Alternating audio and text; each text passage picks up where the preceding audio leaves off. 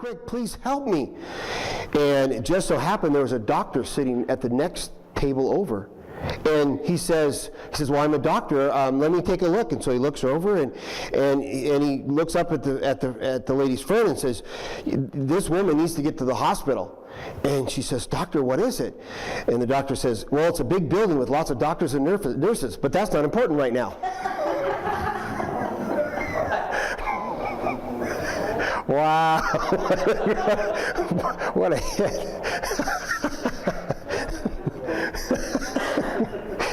You know, that's what I thought of. Oh, what a groaner. Good, okay. Now these on too, that might be part of our ring. Maybe we could pull those out. I think that'll help.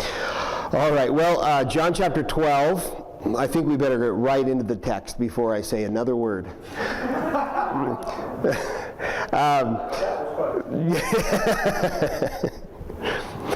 So take a look, John chapter 12, verse 1. We're going to just read the opening section here. I really wanted to look at a lot more of this story, and I just kind of got stuck on the first few verses, first 7 verses, and want to spend our time there. It says, verse 1, 6 days before the Passover celebration began, Jesus arrived in Bethany, the home of Lazarus, the man that he had raised from the dead. A dinner was prepared in Jesus' honor. Martha served, and Lazarus was among those who ate with him. Then Mary took a 12-ounce jar of expensive perfume made from the essence of nard, and she anointed Jesus' feet with it, wiping his feet with her hair. The whole house was filled with the fragrance. But Judas Iscariot, the disciple who would soon betray him, said, that perfume was worth a year's wages. It should have been sold and the money given to the poor. Not that he cared for the poor. He was a thief, and since he was in charge of the disciples' money bag, he often stole some from himself. Just a side note, can I chase a rabbit trail real quick? Because this has always kind of intrigued me, that little section there. A couple of thoughts on that. First off, Judas, this is not much of a surprise. We know who he turns out to be, and that he betrays Jesus and all of that. And so it's interesting how the Bible points out here a couple things in this little portion. First of all, as Judas says, why don't we sell it and give the money to the poor, but his intentions were really to have more money in the money bag and to steal from it. You know, you can do the right thing with the wrong motive, and it's still the wrong thing. And we have to be careful about the attitude of our heart in the things that we do. And that does set us up a little bit for later on here this morning, but just to be mindful of that. What is our attitude and our heart before the Lord in the things that we do? But the second thing, and this has just always perplexed me, I have no commentary on this whatsoever, but I have always wondered why Jesus had Judas be the keeper of the money bag. You know, if it was known that he was stealing from it, wouldn't Jesus have known that? I mean, I kind of assume he would have, and yet if we had a treasure and we knew the treasure was stealing from the money, the church's money, we would probably change that out. You would probably expect us to make that change. But so for whatever reason, Jesus kind of allowed it. It could be, and this is just one of those, what if, maybe Jesus had certain limitations on his knowledge. Maybe he didn't know everything. Maybe he's self-limited or God-limited. He did say, I only do what I see the Father doing. He kind of had this limiting aspect, but yet at other times he knew just about everything going on just as or even before it happened. So it seemed like he always kind of knew. I did think, maybe if Jesus knew everything all the time, wouldn't it be difficult to play hide and go seek with him as a kid? I thought, hey, Jesus counting to 10, all the other kids, they're running around, and then he opens his eyes. Johnny, you're behind the tree. Sally, you're over there behind the cart. Jimmy, you're back right over there. Okay, come on in. Maybe that wouldn't work so well. But I think of Jesus as somebody that knows everything, and so I've just always thought that interesting. But anyways, enough of that, because like I said, it's just way off. We're heading way down now. Verse 7, Jesus replied, leave her alone. She did this in preparation for my burial. You will always have the poor among you, but you will not always have me." When all the people heard of Jesus' arrival, they flocked to see him and also to see Lazarus, the man Jesus had raised from the dead.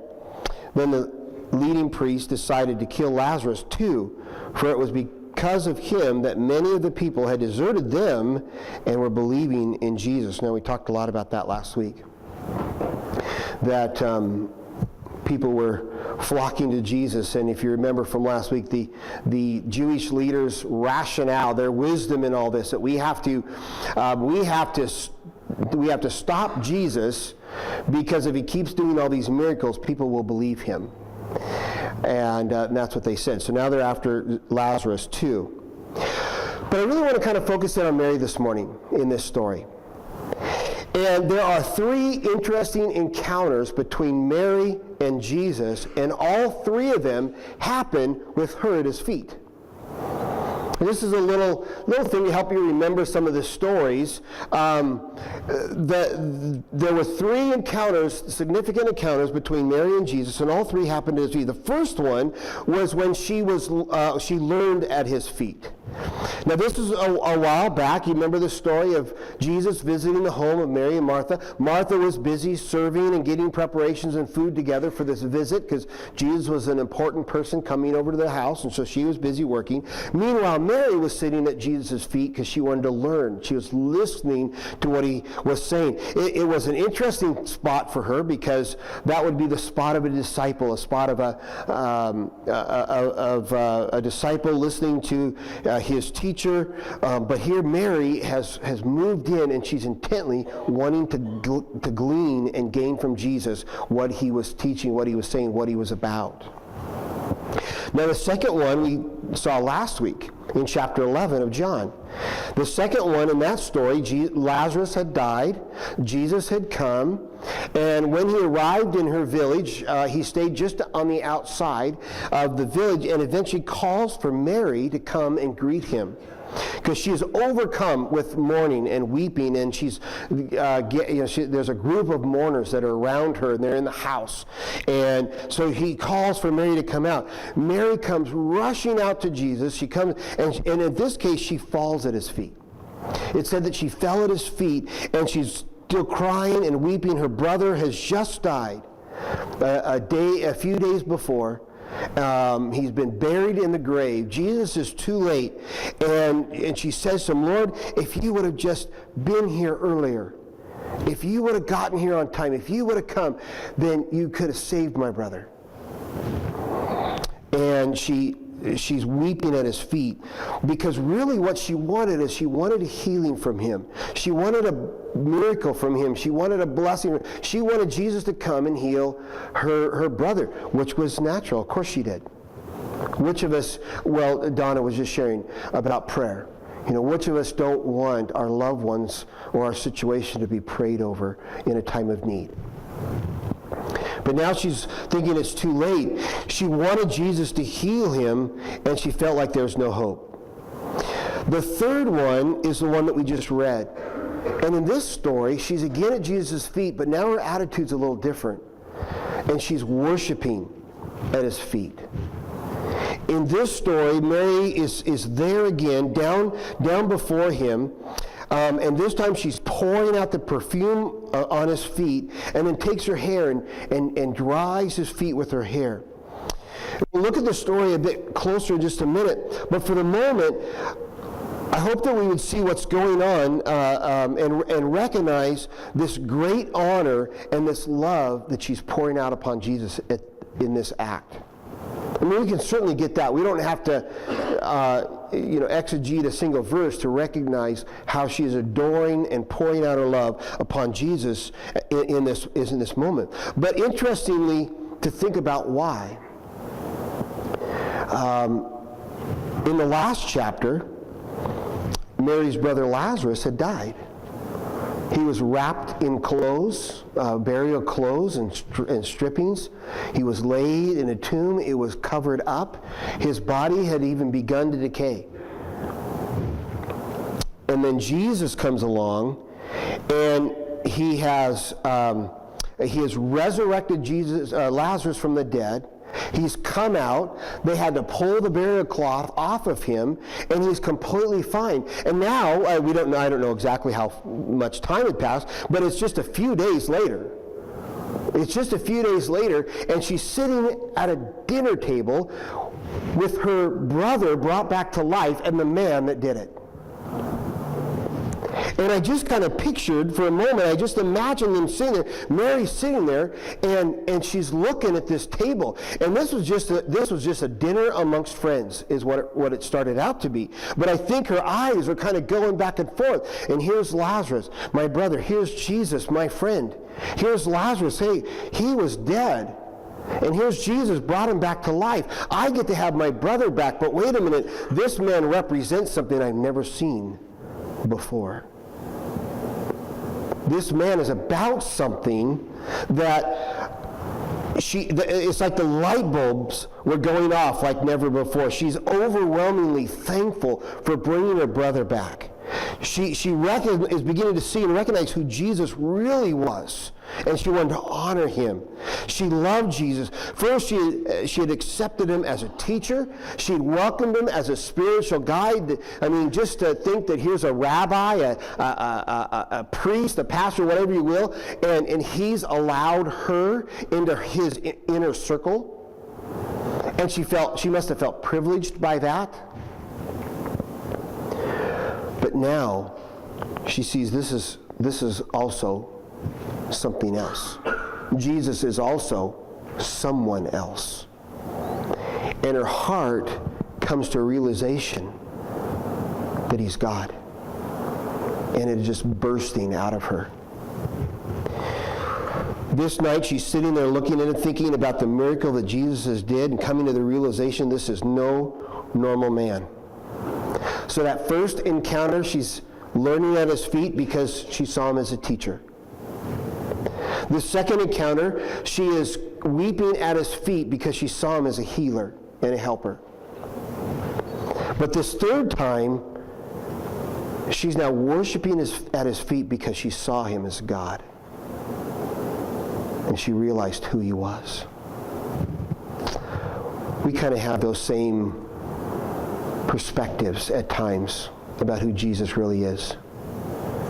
And I know sometimes people might walk into a church and they might sit and they might listen hoping to learn something, to be guided in some way. Maybe they could grasp a thing that would make their life more successful, help them to be happier, help them to get over something they're going through. And there's this desire to kind of learn something that might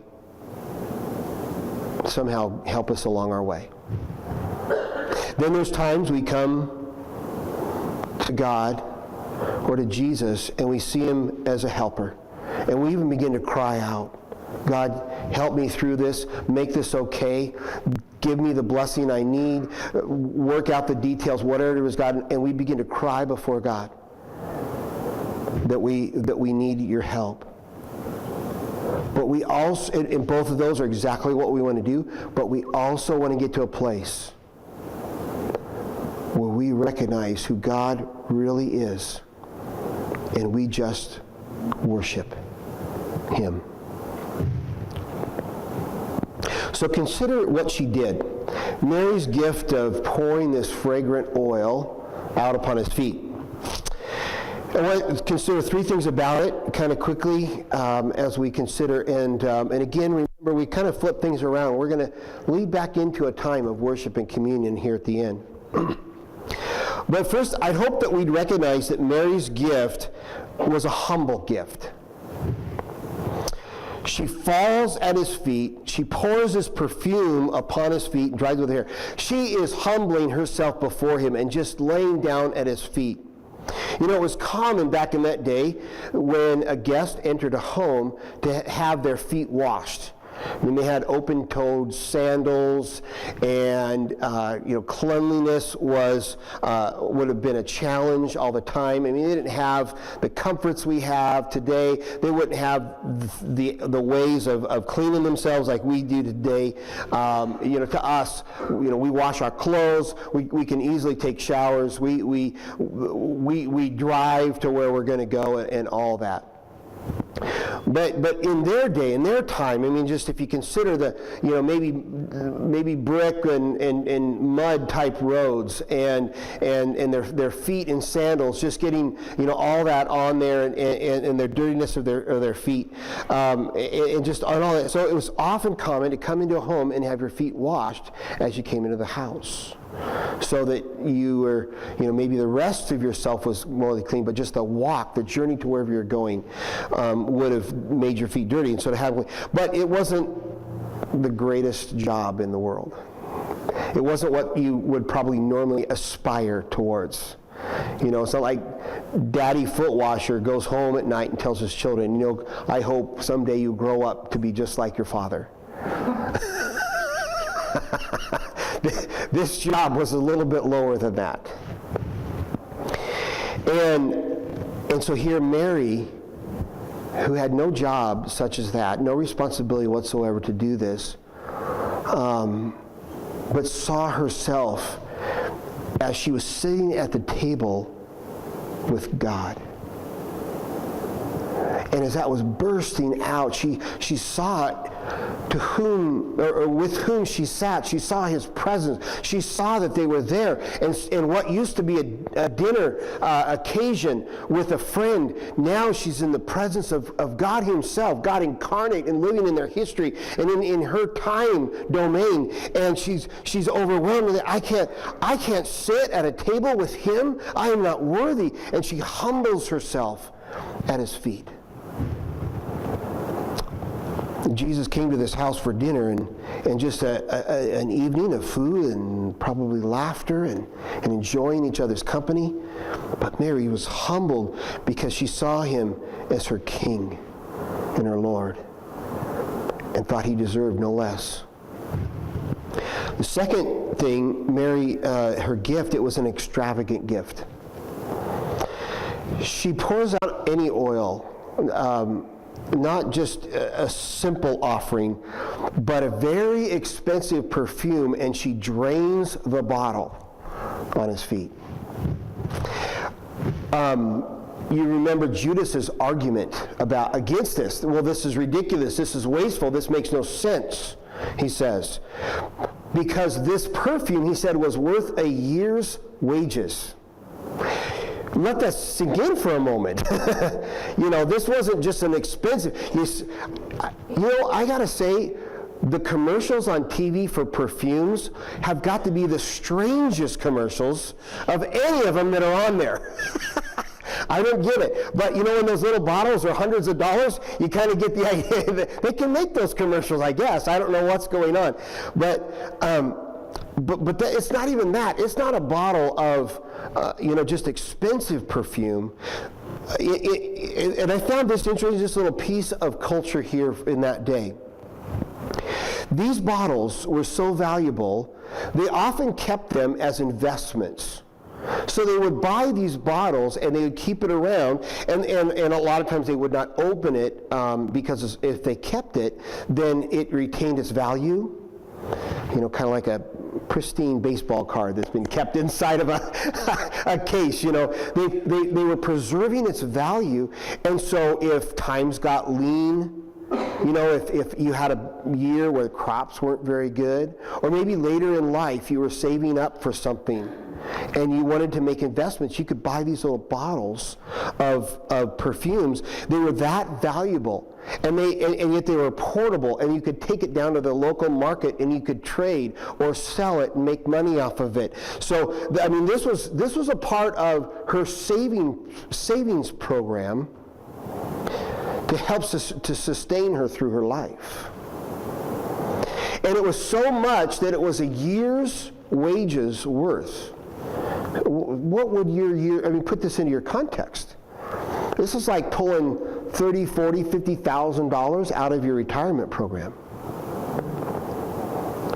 out of your savings for, that rainy day fund or whatever else might be, you going on. Maybe you've been working on a down payment for a house. And you decide instead, what would be a better use of all that money? Is to take this expensive perfume and just dump it on the feet of Jesus. It was that expensive, it was that important, that valuable, and she wanted to honor him in that way. She wasn't just going to honor him, but she had, with the greatest offering she could possibly imagine, she wanted to worship at Jesus' feet and give it up to him. Valentine's Day is coming up, gentlemen. And I know that all you romantic men out there are ready to demonstrate your love to your wives with great extravagance. Isn't flowers kind of a weird thing? The idea is you're going to go cut up some plants and stick them on the dining room table and just watch them slowly rot away for the next week to demonstrate your love for your special someone.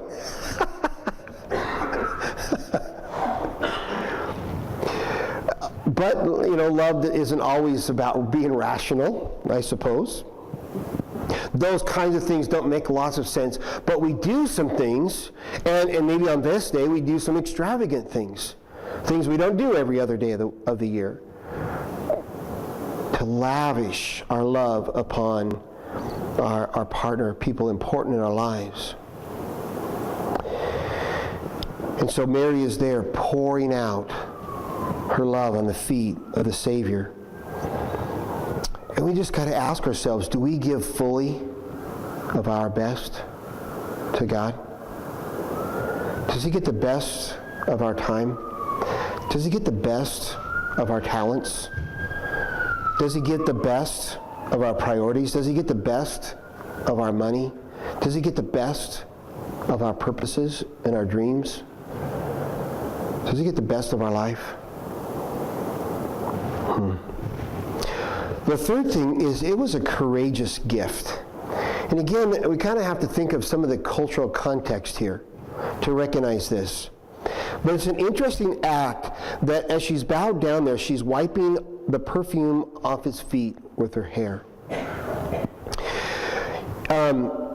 When's the last time you were at a dinner party and someone suddenly stands up, walks over to another guest, and begins washing their feet with anything for that matter, and then drying it with their hair? I mean, the whole thing it kind of stands out. It's the kind of thing you notice, right?